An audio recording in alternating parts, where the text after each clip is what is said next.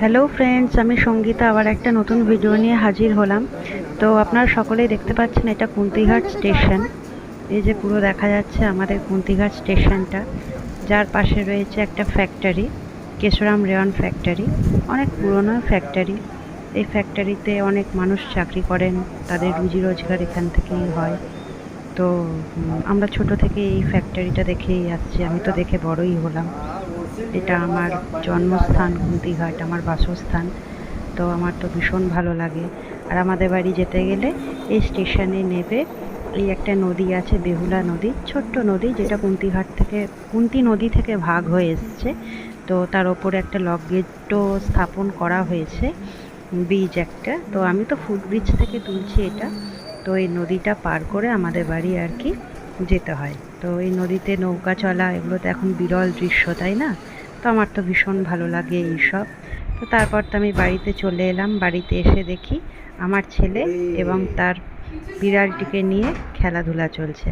আর এত বদমাস বিড়ালটা, বিড়াল ছানাটা আমার ছেলেকে তো একটুও শান্তিতে থাকতেই দেয় না। সব সময় ওকে কাটি করে যাবে, একটু স্থিরভাবে নিজেও থাকবে না, আর আমার ছেলেটাকেও বসতে দেবে না। সব সময় কিছু না কিছু ওকে ডিস্টার্ব করেই যাবে। দেখুন, ওই দেখুন কী করছে, দেখুন শুধু।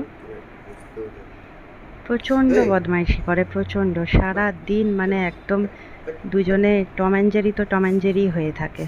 এই হচ্ছে ব্যাপার। তবে খুব ভালো বিড়ালটা আমাদের। এর একটা বিশেষ গুণ আছে, এ কিন্তু একদম কাঁচা মাছ খাবে না, সমানে পাহারা দিয়ে রাখবে।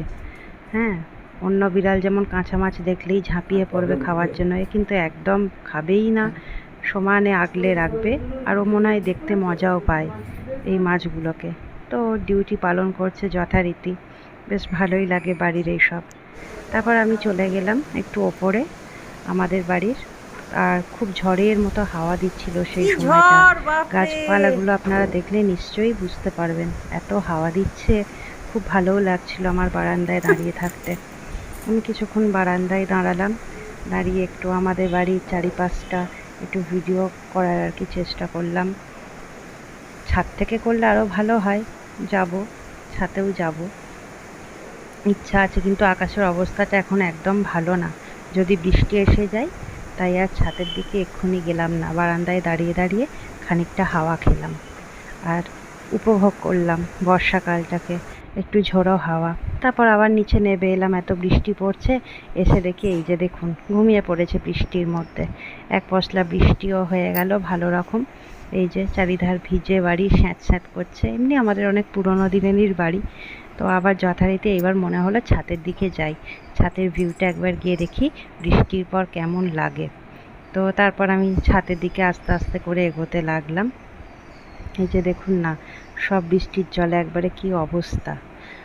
তারপর এই যে আমার ঘর, এই ঘরের পাশ থেকেই আমাদের সিঁড়িটা উঠে গেছে। জানলা দিয়ে একটু বাইরেটাও দেখলাম, রাস্তায় রীতিমতো জল জমেছে। তখনও ফোঁটা ফোঁটা বৃষ্টি পড়ছে, মাঠঘাট বেশ একদম জলমগ্ন হয়ে গেছে, এত বৃষ্টি হচ্ছে যে। জানলা দিয়ে একটুখানি ভিডিও করে নিলাম, দেন তারপরে আমি ছাদে চলে গেলাম। এই যে ছাদ থেকে পুরো আমাদের বাড়িটা একদম দেখা যায়। এই দিকটা আমার সব জেঠুরা থাকেন। চারিধারে সবুজ গাছপালা, একদম ওই গাছপালার পিছন দিকে নদী বয়ে গেছে। এই যে টোটাল বাড়ির ভিডিওটা ছাদ থেকে সুন্দর দেখা যায়, চারিপাশটাও অসাধারণ লাগে।